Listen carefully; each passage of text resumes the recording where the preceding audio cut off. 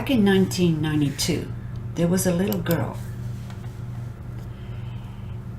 and she was riding her bike along the beach in California.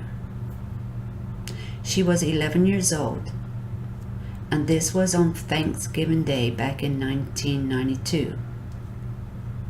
The very next day, her body was found dumped on a rocky beach near the Pacific Ocean in Southern California. She had been raped and strangled. Police had conducted over 2,000 interviews and followed numerous leads, but they could not identify a suspect in the death of Terry Lynn Hollis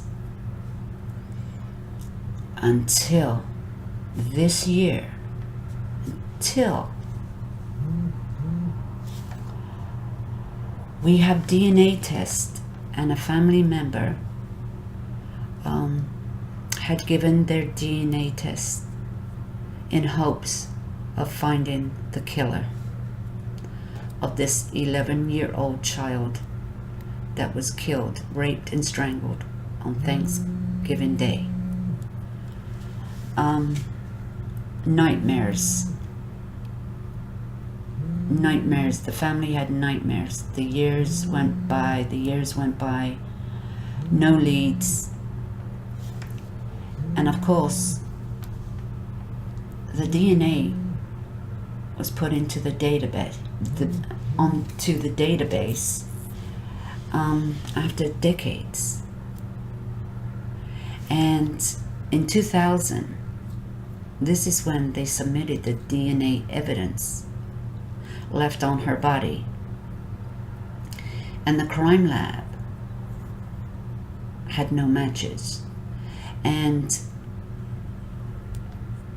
they went through a combined DNA index system, CODIS, which is maintained by the FBI. In 2018, a DNA technology company based in Virginia ran a DNA sample which was available at the database and linked it to a DNA submitted to the database by a relative of the suspect.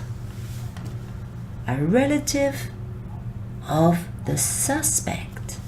Now, did this relative know about his relative? Did he think he could have committed the crime? Or was he doing like a lot of people do? Just put your DNA in, hoping to find lost relatives, lost loved ones, mothers and fathers. Maybe they've been adopted. Maybe this was the situation at the time. But this relative, thank you very much. We all thank you very much for doing this. With the sample, the detectives narrowed down the search and identified the suspect from the DNA taken from the rape kit and the swabs that they took from this little girl back in 1972. Jake Edward Brown was a match. He was born in 1936 and had a rap sheet, included robbery and 2 rapes that happened 2 years after Terry was attacked. And this is what the police said. But sadly, this is sad because, he died in 2003 in Arizona. Now, sad for the family that this man will never be brought to justice in the courts and charged and found guilty of this crime. They exhumed his body and took his DNA, extracted his DNA.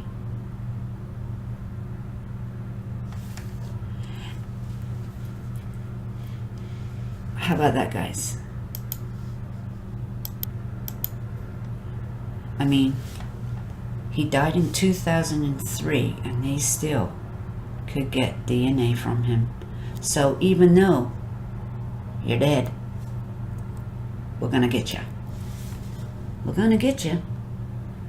Whether you're 6 feet under or not, if a DNA comes up, they're gonna exhume your body and get the proof they need. So that's the story of this, guys. It's a very sad but happy ending that the family now have closure. At least they know that this guy is not walking the streets.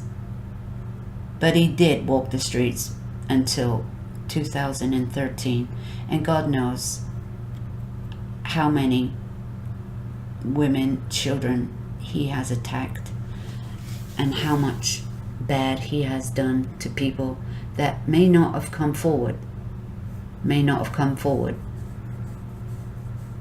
Now her brother Randy Hollis was 16 when his sister was killed.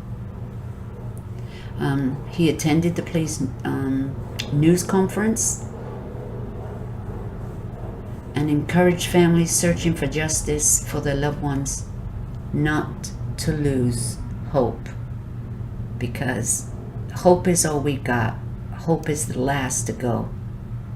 Hope. So people out there that still don't have closure for their missing loved ones, murdered loved ones, there's still hope. There's still hope. As this ancestry DNA testing that people can do nowadays, they can send off for it and do a home test and send it back, and matches are happening. DNA is matching up. Now, this could be your only source. Not only source, but it's a very helpful source. That if you have not done a DNA test like this would be your time to do it. Because all you've got left is hope. And a DNA match might come up to a family member. Not even the murderer or the rapist. It might come up as a family member and lead to the conviction of the real person who committed this crime. So there is some more hope there. If you guys didn't think about that, I'm just putting it out there. It's not the police and the detectives, you know, they only can do so much. Like, the case is gone cold, but it's still warm enough for people to touch. It's not a cold, closed, forgotten case. It's just they have no more resources or evidence to or detectives or anybody manpower to work on these cases. But these days there's a lot of people volunteering their time to open cold cases, but they still need a little help. They still need a little help. And you know, the brother is 47 years old now, and he is, you know, overcome on the day. He said he just wishes his parents were still alive to see this day.